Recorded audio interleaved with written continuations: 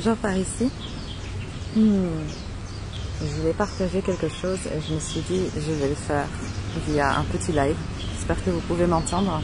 Je suis à l'extérieur dans un espèce de petit parc ici à Taïwan. Vous entendez sans doute le bruit des oiseaux également. Ce que je voulais partager, c'est par rapport à quelque chose qui s'est passé pour moi hier, d'une manière très inopinée, donner un cours de yoga démo pour une personne intéressée par des cours privés, personne taïwanaise qui ne parle pas anglais, et donc il fallait que je parle chinois. Première fois que j'essaye de donner un cours entièrement en chinois. Et ça m'a vraiment invité à simplifier à l'extrême ce que j'essaye de partager. Et j'essaie de lui expliquer comme quoi la manière dont je partage le yoga, ça va pas être la manière qu'on voit souvent dans les cours en studio. Parce que c'est une approche absolument somatique, mon approche. C'est un retour au corps de vie. Et la manière dont j'essayais d'expliquer ça, c'est de dire quand on est en mouvement, que ce soit dans notre vie de tous les jours, quand on sort de chez soi pour se rendre au travail, pour se rendre à la boulangerie, ou quand on est sur notre tapis de yoga, qu'on est en mouvement, en fait, c'est pas notre corps qu'on met en mouvement, c'est notre mental. Et il y a un peu cette idée que le mental va faire bouger le corps. Alors, j'ai une idée où on me dit le nom d'une posture, alors je vais aller vers cette posture. Mais en fait, on bouge pas tellement en communion avec le corps. C'est pas le corps qui bouge, c'est la tête qui fait bouger le corps. Bien souvent, c'est vraiment comme ça.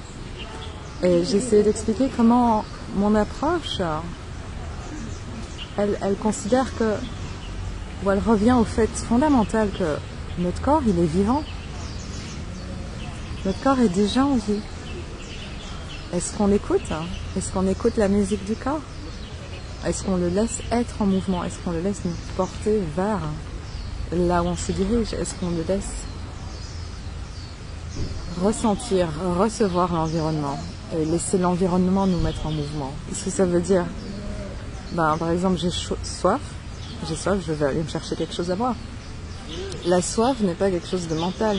Je ne vais pas juste vers ma cuisine mentalement parce que je sais qu'il y a de l'eau là. C'est mon corps qui expérimente la soif, qui va être en mouvement, qui va me mettre en mouvement.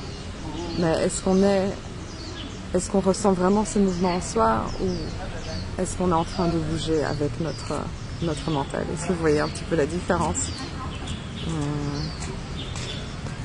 Et donc, la pratique des mots que je lui ai partagé à cette personne qui me disait qu'elle avait réalisé qu'elle ne respirait pas très bien.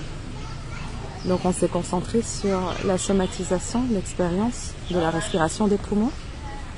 Et puis quelques mouvements, quelques asanas pour voir comment est-ce que les poumons nous mettent en mouvement et comment la respiration nous met en mouvement. Donc ça, c'est une application bien précise de l'approche somatique dans le yoga. Une approche somatique du yoga. C'est pas mon mental qui va me mettre en mouvement vers les postures. C'est l'écoute de mon corps, de ce qu'il ressent.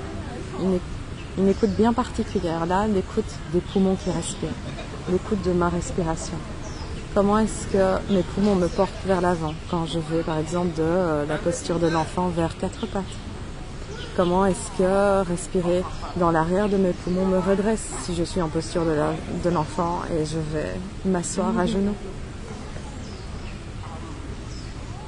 J'espère que vous pouvez voir vraiment le shift qui s'opère, plutôt d'avoir une image mentale et que ce soit le mental qui dit « Ok, maintenant le corps, toi tu te redresses, maintenant tu fais ceci, maintenant tu fais cela ».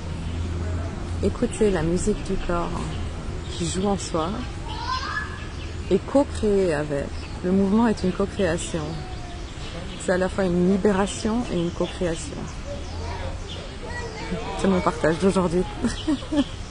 Bon dimanche à tous.